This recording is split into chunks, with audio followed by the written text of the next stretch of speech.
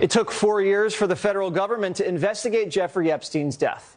The inspector general interviewed dozens of people and read through thousands of documents. And we've been looking forward to this report. Last year, Bill Barr told Primetime he believed Epstein killed himself. I was very frustrated when I got the news. I was very pissed off. And I also sent the IG down to investigate. And I was satisfied at the end of the day that it was suicide.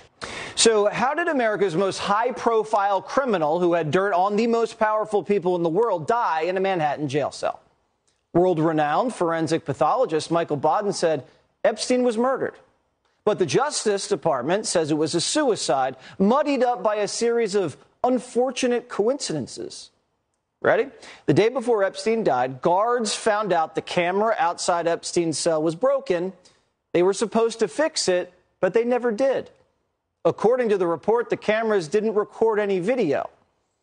And the next coincidence, also the day before Epstein died, his cellmate was moved to a different cell. Epstein wasn't supposed to be alone in his cell. A prison psychologist told the guards it wasn't safe to leave him alone. But the cellmate was moved anyway. There weren't supposed to be any bed sheets in Epstein's cell, but there were a lot. And the guard responsible for checking for contraband never did. Guards were also supposed to check in on Epstein's cell every half hour, but the night he died, they left him alone for 8 straight hours. And the night before Epstein died, he told the prison he wanted to make a phone call. So they let him go into the shower with an unmonitored phone line to call his mom. But here's the thing. Epstein's mom died in 2004. Well, who did he call? We don't know. The FBI didn't interview this mystery person, but they talked to their lawyer. And the lawyer said Epstein and this person talked about personal things like books, music, and hygiene. Epstein was facing life in prison, and he made a call to talk about dental floss. That's the Justice Department story. They found Epstein dead the next morning. His body was hanging an inch off the ground. They cut him down and moved his body. But you don't move a body at a crime scene. They performed CPR on an ice-cold corpse. He was pronounced dead an hour later at the hospital. The feds say there's no foul play there. Over a dozen prison workers made a series of mistakes. That's it. You still think somebody killed him? That's a conspiracy theory. The Justice Department said it's a suicide, and now the media can say it's a suicide, and you can forget about Epstein, his friends, and all of his secrets. They died with him that day. That kind of reminds me of the D.C. madam who also hung herself mysteriously. A lot of coincidences. Now, we don't know exactly what happened in the cell that night, and it's hard to know who to believe, but, because the same government that said Jeffrey Epstein didn't kill himself is the same government that said Lee Harvey Oswald acted alone. Well, there's panic in Portland. Every week we tell you about the homelessness and the drug addiction permeating the city. But now homeless people are getting raped and dying mysterious deaths. People in the community think could be the work of a serial killer or killers. Someone's reportedly going into homeless people's tents and injecting them with hot shots, which are drugs intentionally laced with OD levels fentanyl. It's like a lethal injection. And the homeless witnesses describe the killer as trans. One woman believes her cousin, who goes by the name K9, died at the hands of a trans killer's hotshot. Watch. Supposedly a transgender or a person pretending to be one. Lured herself into his tent, pretending to be a female, and gave him a hot shot. Him didn't think anything about it. This person is still walking among the streets. God knows who else this person's done it to. Well, what's fishy is that her cousin wasn't a fentanyl user, so she thinks he was set up. Now, if they aren't trans, they dress up as a woman to fool victims into getting into their tents and killing them. Now, the same woman describes what this person looks like. Listen. He had nail polish on his hand, glow-in-the-dark green nail polish, like a kid did it. He had 2 different earrings in his ear. He's kind of weirdo, man. He had a long jacket on, like weird. He was just tight, skinny jeans. His hair was like long on the side. Well, and you're describing what another female described to me a few months ago who this person is. He scared me a little bit. So it sounds like this person's is struck a couple times. And other homeless who've been raped thinks the murderer is the same person as their rapist, giving the same description, calling them the Viper. One victim describes her encounter with the creep. Watch. I was saying no to him and stuff, and apparently he's come to my tent like 3 or 4 times and coming out of it.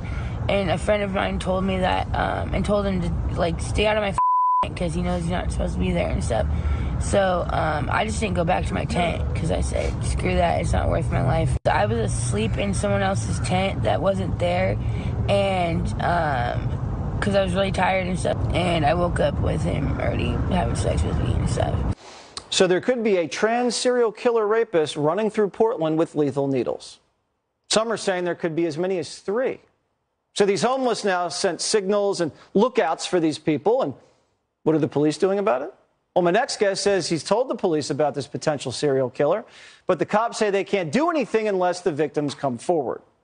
Prime Time's reached out for comment from Portland PD, and they say they're looking into it. Homeless advocate Kevin Dahlgren joins me now. Do you think the potential trans factor in the serial killer could be preventing police or authorities from maybe investigating this? Well, it's a good question. I mean, this is Portland, Oregon, and of course, we're not allowed to say anything negative about trans, even if they're potentially serially raping or killing a person. So that's probably a piece of it. I think another piece is the fact is most homeless will not report a crime, no matter how heinous, because there's a strict code on the streets of not reporting anything to the police ever.